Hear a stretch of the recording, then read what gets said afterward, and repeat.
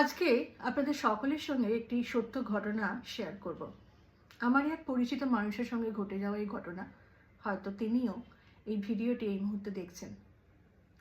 একটি ছেলে এবং একটি মেয়ে প্রেমের বন্ধনে আবদ্ধ হয় এবং তারপর নানা রকম ঘাত প্রতিঘাত পেরিয়ে অনেক যুদ্ধ করার পর তারা দুটি ফ্যামিলিকে রাজি করে তাদের বিবাহের জন্য। ইতিমধ্যে মেয়েটির বাবা, মেয়েটির পিতা, কোনো এক সময় মেয়েটির পিতার কোনো একটা অসুস্থতা হয়েছিল, কিন্তু সেই সময় তিনি ঠিক করে ট্রিটমেন্ট করেন না, খুব নেগলিজেন্সি করেন।